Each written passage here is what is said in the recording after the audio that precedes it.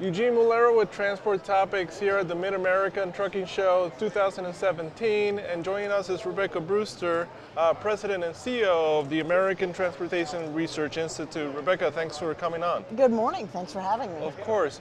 Your guys are at Mid-America to talk to truckers, and what else are you doing?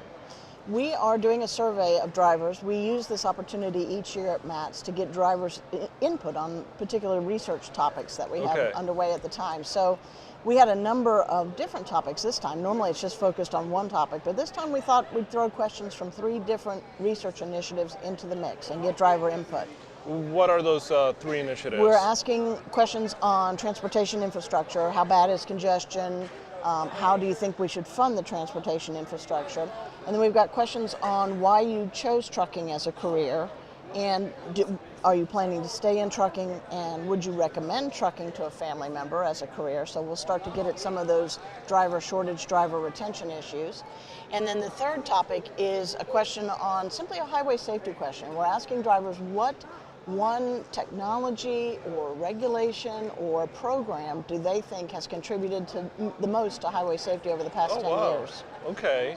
So they go to your booth, the ATRI booth, and they take the survey. It takes probably, it's a 4-page survey, so it's not a quick thing, but it probably takes a driver about 5 to 10 minutes to complete. And then we give them one of our famous ATRI t-shirts as an incentive. Love it. Yeah. And what are you going to do with the information when you collect and gather all the data? So we have underway right now on transportation infrastructure, we have what we call our highway funding analysis. In 2008, we first did an analysis of the different ways to potentially fund the transportation system.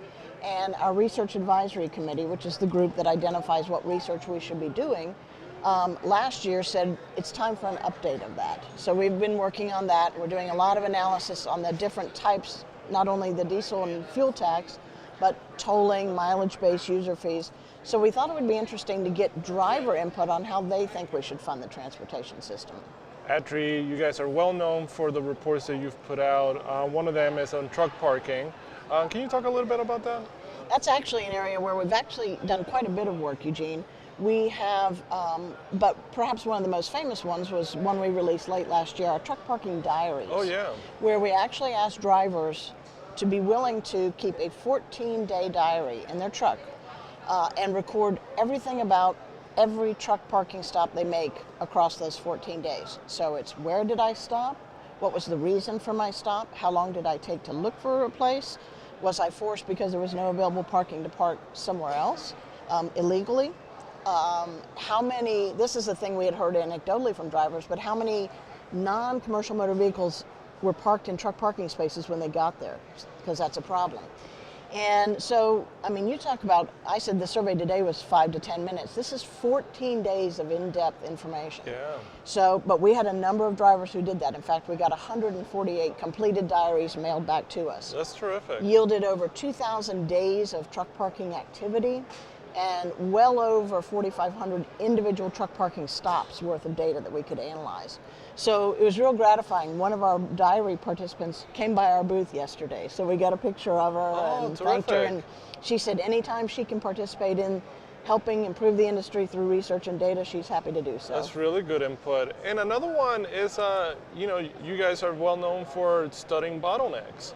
And your most recent bottleneck report, what was the most congested place in this country? Well, it's not coincidence that it's where I live, Wow. But this was not a survey. This was actually, our bottleneck list is based on over 600,000 trucks worth of GPS data that comes into ATRI in real time. Okay. And so we're getting this data in from all these trucks and analyzing it. And we do a number of different analyses with it, but I think perhaps the most well-known is our bottleneck list. We started doing the annual bottleneck list in 2010, where we monitor congestion at 250, we call them freight significant locations around the country. Yeah. And then for this top 100 list, we rank them according to the level of congestion. But it's also based on the number of trucks impacted by that congestion at that location. So, for instance, the #1 location, Spaghetti Junction, we call it locally in Atlanta, it's where our perimeter I-285 and Interstate 85 intersect. Yeah. And average truck speeds across a 24-hour period are about 34 miles per hour. Oh my God. But during rush hour, peak rush hour, it drops down to about 26 miles per hour. Wow. Yeah. The number 2 location on the list is the George Washington Bridge that connects New York, New Jersey. And that's actually where I'm from. Yes, Yeah, so you're what a familiar with coincidence. it. Yes. So, again, not by design, but that location actually has slower truck speeds, average truck speeds there, but not as many trucks are impacted there as are at the Atlanta location. Okay. So it's a great list, and it's a very useful tool, and we have evidence that this tool actually pays off. The number 3 location on this year's list is what they call the Burn Interchange in Chicago. It used to be the Circle Interchange. And it was number 1 on our list for several years running, to the point that finally the governor of Illinois issued a press release and said, we're going to redesign this whole interchange specifically so we're no longer the top truck bottleneck in the country. Rebecca, just quickly tell people what the impact of being stuck in traffic does to commerce. Well, it's very costly for the trucking industry alone. In a separate but related study, we calculated the cost of congestion to the trucking industry at $49 billion, over $49 billion, Wow. almost $50 billion. Yeah. And I tell people, the trucking industry can't absorb that cost on its own, so you start to see the cost of that congestion in everything you buy, because the cost of goods that are transported in those trucks that are sitting still goes up.